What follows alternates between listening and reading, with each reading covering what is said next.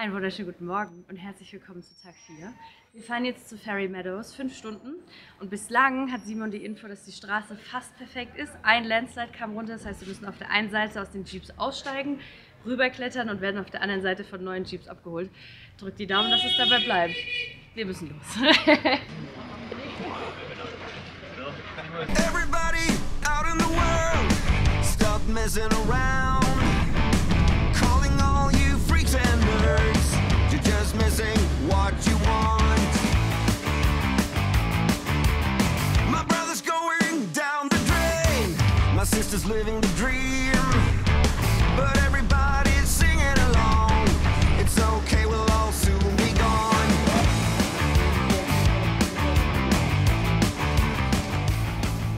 I'm so ready. I'm really excited actually. Das sind jetzt unsere Jeeps, mit denen wir die zweitgefährlichste Straße der Welt entlang fahren. Wir sind mit dem großen Bus hierher gefahren und jetzt haben wir 4 Jeeps, 4 Personen. Und das sieht doch alles sehr vertrauenserweckend aus. So, dann gucken wir mal los. Good driver.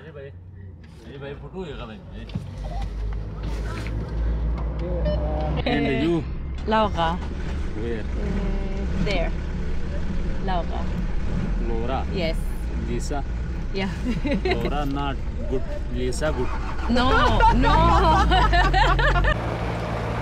Die Straße nach Fairy Meadows ist ein schmaler, unbefestigter Pfad, der sich durch steile Felswände schlängelt.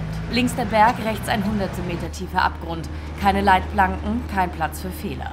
Oft ist sie kaum breiter als ein Geländewagen, von loser Steine, Schlaglöchern und immer der Gefahr von Erdrutschen ausgesetzt, die regelmäßig ganze Abschnitte in die Tiefe reißen. Regen macht sie rutschig, Schnee fast unpassierbar und deshalb fahren hier ausschließlich die Einheimischen mit ihren Jeeps hoch und runter. Es geht einfach 200 Meter senkrecht nach unten, wenn es reicht, wahrscheinlich mehr. Ich habe in meinem ganzen Leben noch nie einem Auto und einem Fahrrad so sehr vertraut wie jetzt gerade eben. Jetzt machen wir ein kleines Päuschen, damit der Motor sich abkühlen kann. Weil es auch, die Karre ist mindestens 60 Jahre alt.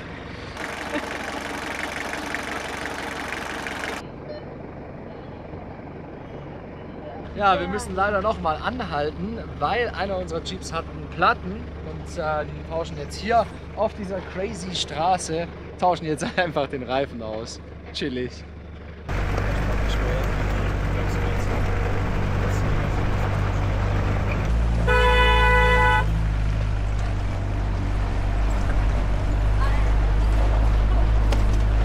Jetzt seht ihr auch den Grund, warum wir aus den Jeeps aussteigen mussten. Denn trotz all der Skills der Fahrer ist das hier nicht mehr befahrbar. Deswegen steigen wir jetzt hier aus, laufen da drüber und steigen da drüben wieder in die nächsten Jeeps. Das wird jetzt spannend. This slide is yesterday night. That happened is yesterday night, so be careful from the only one guy go from one time. Okay, da sieht man es auf der Seite. Ist das ganze Geröll runtergekommen, die Straße fehlt komplett. Oh, oh, oh, oh, oh, oh, oh, oh, oh,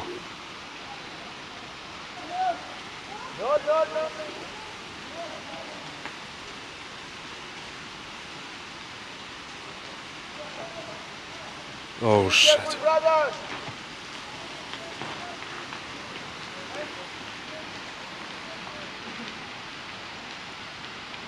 Okay, ich hab's euch gesagt, das ist kein Zuckerschlecken. Nicht umsonst die zweitgefährlichste Straße auf diesem Planeten.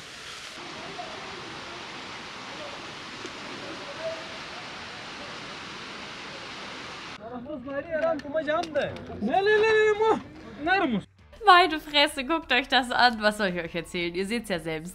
Es war wirklich kompletter Wahnsinn. Ich hatte durchgehend Herzrasen und schwitzige Hände, saß lieber der dem Berg zugewandten Seite im Wagen, in der Vorstellung, dass ich ja dann einfach schnell rausspringen könnte, wenn der Jeep jetzt kippt. Was für ein Quatsch. Gott sei Dank ist nichts passiert. Wir sind alle gut angekommen und wenn ich jetzt diese Bilder sehe, muss ich zugeben, dass das vielleicht das Bekloppteste war, was ich je gemacht habe. Aber es war auch ein bisschen cool.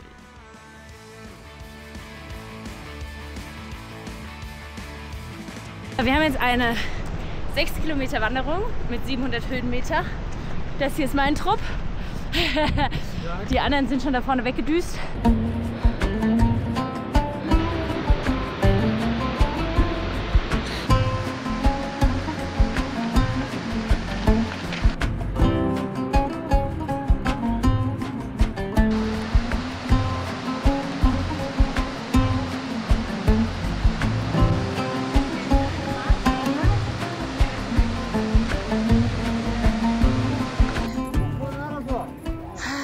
gedreht. Wie man sieht, sieht man nicht mehr viel.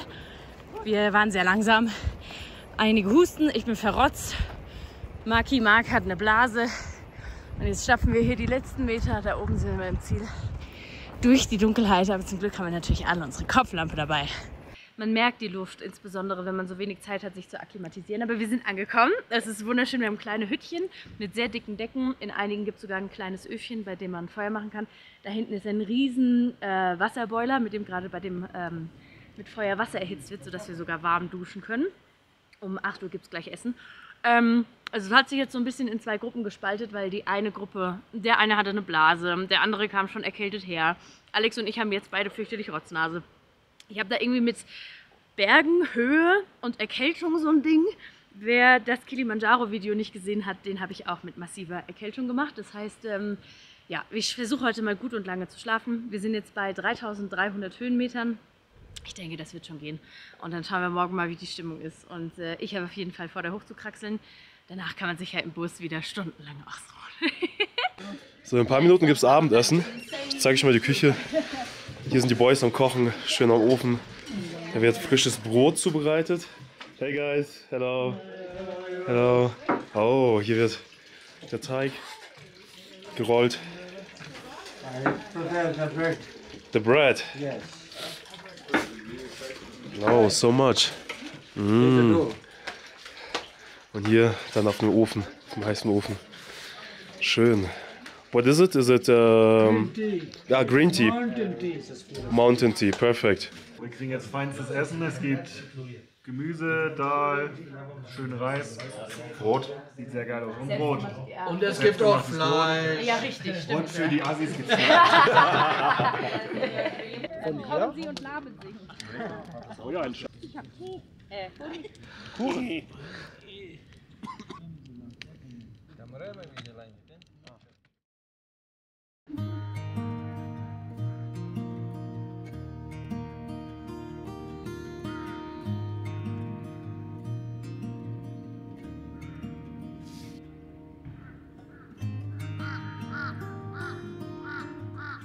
Leider sind einige Teilnehmer jetzt erkrankt. Laura hat es jetzt auch richtig erwischt und daher überlegen wir, wie wir das jetzt mit dem Nanga Parbat Basecamp machen. Der Nanga Parbat also. Ein Berg, der mehr Tod als Triumph gesehen hat. Der Killerberg, das nackte Gebirge, der westliche Wächter des Himalaya. 8126 Meter hoch und damit der 9. höchste Berg und vor allem, er ist einer der technisch gefährlichsten Berge der Welt. Eine Todesrate von 20% heute, bei früheren Versuchen vor 1990 sogar 77%. Also unzählige Schicksale, die mit diesem Monstrum von Berg verbunden sind. Und einen davon kennen wir alle. Weil ich sowieso mit Rotznase in sicherer Entfernung im Camp saß, erzähle ich euch seine Geschichte. 1970, Himalaya. Reinhold Messner steht mit seinem Bruder Günther am Fuß einer der brutalsten Bergflanken der Erde, der Rupal-Wand. 4600 Meter purer Fels und Eis. Eine Wand so steil, dass sie wie ein Albtraum in den Himmel wächst. Für Messner ist das keine gewöhnliche Expedition. Es ist sein erster 8000er. Tagelang kämpfen die beiden im Eis, bei Windgeschwindigkeiten von über 100 km/h. Trotzdem erreichen sie den Gipfel, ausgezehrt und halb erfroren. Auf dem Abstieg verlieren sie die Orientierung. Anstatt zurück zur Südseite zu klettern, treiben Sturm und Erschöpfung sie über die Nordseite, die Diamir-Flanke, hinein in ein unbekanntes Tal, auf die pakistanische Seite des Berges. Und dann wird Günther von einer Lawine erfasst. Reinhold überlebt zwar, allein, verletzt und barfuß, aber er weigert sich, seinen Bruder aufzugeben. Er sucht ihn. Tagelang irrt er durch Schnee und Geröll. Hoffnungslos. Als er schließlich unten im Tal auftaucht, glauben die Dorfbewohner dort nicht, dass dieser zerlumpte Mann vom höchsten Berg der Hölle gekommen ist. Er ist von der einen Seite des Himalaya gestartet und auf der anderen wieder aufgetaucht. Etwas, das niemand je für möglich gehalten hätte. Heute geben sich die meisten Menschen glücklicherweise mit dem Basecamp auf 3850 Metern zufrieden. Und ich sag euch eins, selbst aus dem Fairy Meadow Camp war der Blick hinauf zu diesem Riesen absolut ehrfurchteinflößend.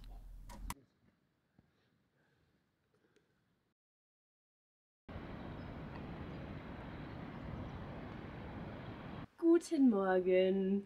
Wir sind wieder unter den Lebenden, auch wenn ich immer noch klinge und aussehe wie ein Häuflein-Elend und es auch immer noch nicht gut ist. Ich habe den ganzen gestrigen Tag verschlafen. Ich bin überhaupt nicht auf eine Wanderung gegangen und das war auf jeden Fall auch die richtige Entscheidung.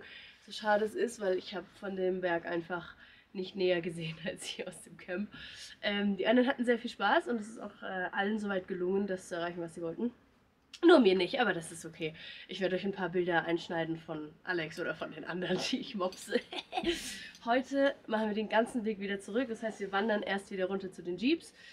Die 6 Kilometer sollte jetzt abwärts ein bisschen schneller gehen. Dann fahren wir mit den Jeeps diese Todesstraße wieder runter. Und dann fahren wir etwa 4 Stunden nach Karimabad. Und als ob das nicht schon ein Highlight genug wäre, fahren wir durchs Hunza-Gebiet. Und das ist äußerst spannend, denn laut Alex sehen die Menschen dort komplett anders aus als überall sonst in Pakistan. Und das schauen wir uns dann gemeinsam mal an. Das ist der Landslide, den wir gestern schon zu Fuß überqueren mussten. Vielleicht sieht man es auf der Kamera, der ist noch viel weiter abgerutscht. So sehr, dass man uns nicht mehr gestattet, unten lang zu laufen. Deswegen klettern wir jetzt über die Berge, einfach auf die andere Seite der Straße, um da dann wieder in die Autos zu kommen. Und ich bin richtig krass am Arsch. Ich pfeife aus dem letzten Loch, kriege einfach keine Luft. Aber es ist immer noch besser, als da unten lang zu laufen und gegebenenfalls weggeschwemmt zu werden, nicht wahr? Jetzt kraxeln wir hier rum, es ist sehr heiß. Ich schwitze. Glücklicherweise kamen alle ohne Blessuren und weitere Zwischenfälle unten an. Das Hunza-Tal wird oft als märchenhafte Oase beschrieben und liegt auf etwa 2500 Metern Höhe. Die Menschen dort sind für ihre gute Gesundheit und die angeblich außergewöhnlich hohe Lebenserwartung bekannt, vermutlich zurückzuführen auf eine sehr naturverbundene und nachhaltige Lebensweise, basierend auf regionaler Landwirtschaft und klaren Gletscherflüssen. We have lots of in Hunza. The meat is very nice, and you can go and buy there also yolk. It's not very expensive. It's nice, cheap. There's very fresh meat. Yes. Er erzählte uns, dass die Tiere fast wild in den Bergen aufwachsen und leben und das Fleisch nach der Schlachtung noch am selben Tag verarbeitet, verkauft und zubereitet wird. An dieser Stelle möchte ich mal ganz kurz auf etwas hinweisen. Seit wir in den Bergen angekommen sind, haben wir quasi ausnahmslos Männer gesehen. Die Fahrer, Guides, Restaurantmitarbeiter, Polizisten, alles Männer. Woran liegt das? Sind das die Jobs, die nur Männer machen dürfen? Ist es gesellschaftlich einfach nicht üblich? Oder gibt es Jobs in Pakistan, die Frauen gar nicht ausüben dürfen? Ich habe Sarah und Escha gefragt. So in Pakistan there isn't any law that says only men can do certain jobs. Women are legally allowed to work in almost every profession. You'll see women working as doctors, engineers, lawyers, teachers, journalists, politicians, even pilots, army and police officers. But of course some jobs are still mostly done by men, like heavy construction work, truck and bus driving. That's not because women are banned, but more because of cultural traditions, safety concerns and people's mindset in some areas. But honestly, things are changing a lot now. More girls are going into higher education, and I personally see many of my female classmates choosing careers in fields like engineering, computer science and law, which in the past were seen as male-dominated. Even in government jobs or civil service, women are becoming more active. So as a student here, I can see society is slowly, clearly opening up more opportunities for women. Women in Pakistan have showed that there are no jobs which they cannot do. Although there are some jobs that are viewed by the society as unfit or unusual traditionally, such as police officers, mechanic, bus driver, or a fighter pilot. But some women, brave women, have broken these barriers. For example, we have a long list of the names of women who have performed in the military and they have reached the topmost ranks. And then we have women performing blue collar roles, the unconventional roles like bus drivers, rickshaw drivers, and so on. This shows that talent and courage is not defined by gender, although there are some parts in Pakistan where women still face barriers, mostly due to cultural norms or safety concerns or lack of opportunities. But the question is not that can women do these jobs? No, the actual question is that will we as a society let them? Because when given the chance, women can do anything, they can do anything they want.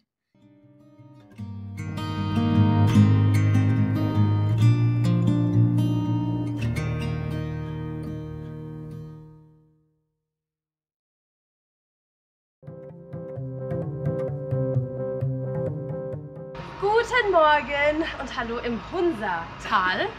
Wir sind in Karimabad, auch wenn ich davon bislang absolut Zero gesehen habe. Gestern hat nochmal ordentlich Fieber gekriegt und ich war noch nicht mal mit zum Abendessen. Aber heute, ich hoffe man sieht und man hört es auch, geht es mir deutlich besser. Wir machen jetzt einen ganz kleinen Spaziergang zu einem sehr schönen Café, bei dem es richtig guten Kaffee geben soll. Und dann gibt es für die anderen heute eine kleine Wanderung von Hotel A zu Hotel B. Die werde ich skippen, damit ich morgen hoffentlich wieder richtig fit bin. Und dann gibt es heute Abend am Hotel sehr cool Feuer, Live-Musik, Barbecue und so. Bin ich sehr gespannt.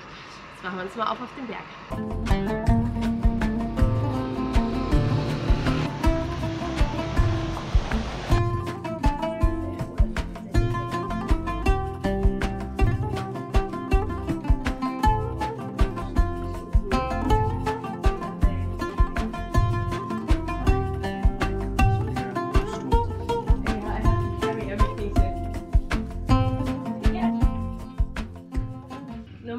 Very nice to meet you. My name is Laura. Thank you so much. Okay, thank you very much.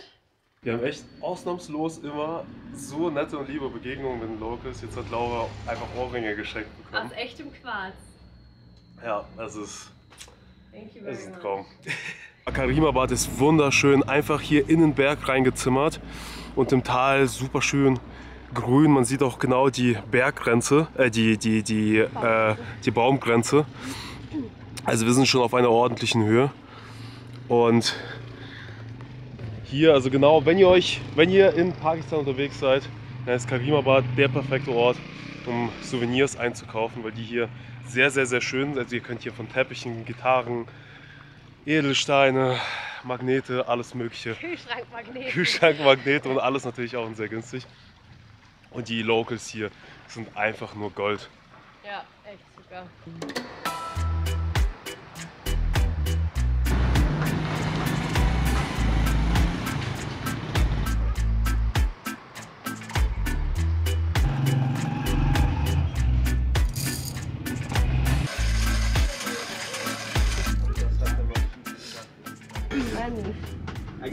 Die schnurrt sogar. Was ist denn, was stimmt wohl nicht mit dir? Ja. Jetzt, Toll. jetzt kraul dir mal. Mensch, das ist ja nicht so der Katzentyp. Nee. Also ich finde die nicht schlecht, aber die meisten Katzen entscheiden sich innerhalb von 2 Sekunden dafür, dass sie dich doch hassen und ballern dir dann volles Rohr ein. Aber guck dir die Katze an, die ist doch putzig. Gutzi. Die hat gerade eine Kotstulle gegessen. Der hat wirklich gerade einfach Scheiße gefressen.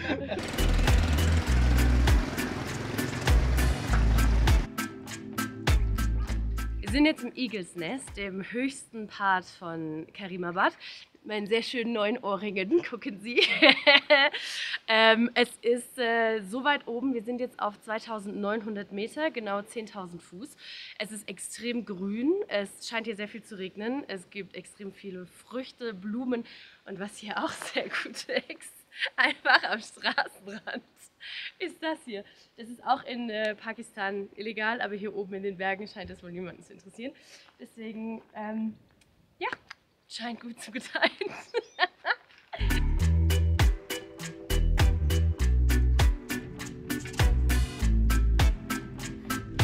So, natürlich gehört auch so ein kitschiger Instagram-Post dazu.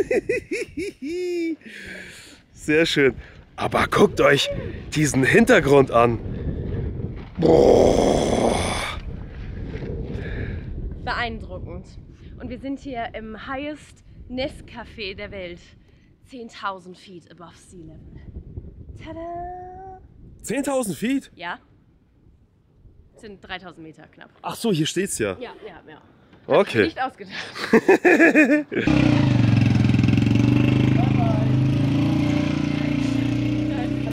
way too tall.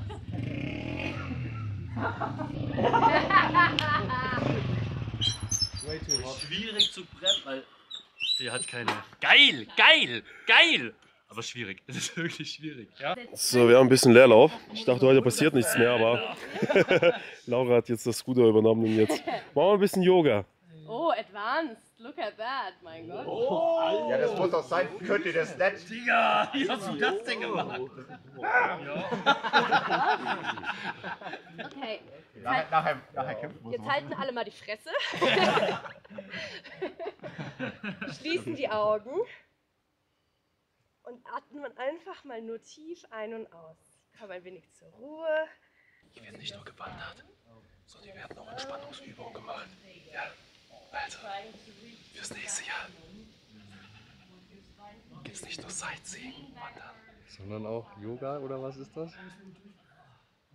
Yoga-Classes. Dann greift ihr mit den Händen an eure Knie. Ihr dürft ruhig einknicken, ihr dürft den ganzen Bewegungsradius ausnutzen. Das ist Durchfall. Oh, das ist warm! Warmer Durchfall. Ey, ich wollte meine Sachen waschen, jetzt sind die schon nass.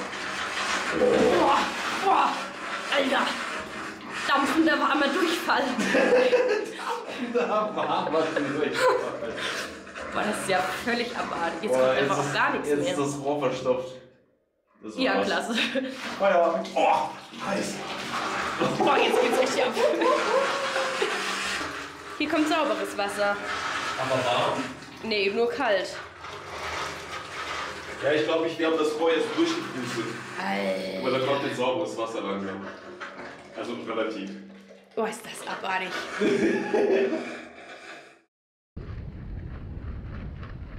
Kann man sie? Mit meinen Schlappis. Perfekte Bergsteigeshoes. Hello there. Egal wohin man schaut, es sind monströse Berge. Es ist wunderschön und wir haben gerade so sehr geil einfallendes Licht und ich werde jetzt da ein Foto machen. Und wenn ihr dieses Video seht und den Instagram-Post nicht geliked habt, dann braucht ihr euch gar nicht mehr zu melden. Und lasst ein Abo da, ja?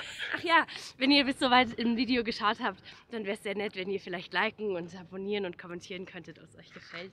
Dankeschön. Ich habe extra meine Ohrringe an.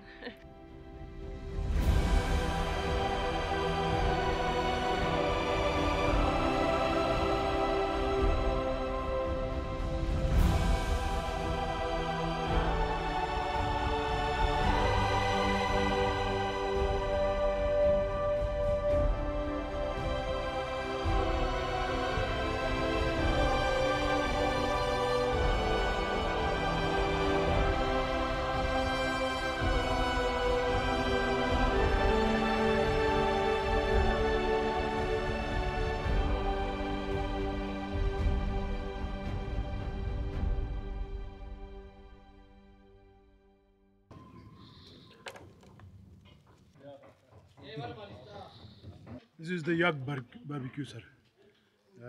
Yak is living near the 4,000 meter high, near the snow. Is eating the organic things, you know, like herbals. So that's why the yak meat is very famous, especially in Gilgit-Baltistan. We use it especially in winter time for survival, because that time in here is harsh cold, you know.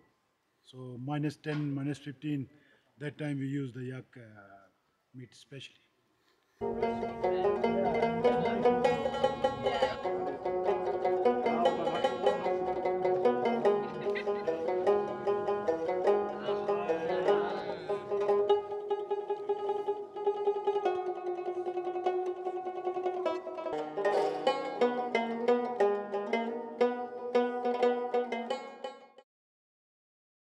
In der nächsten Folge.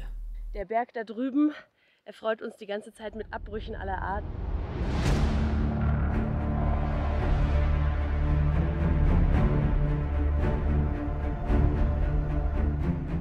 Ey, hier darfst du auch keine Panikattacke kriegen. Nicht nachmachen. Da geht's richtig steil runter. Und da gehen wir jetzt auch mal drüber. Toll. Danke, Laura.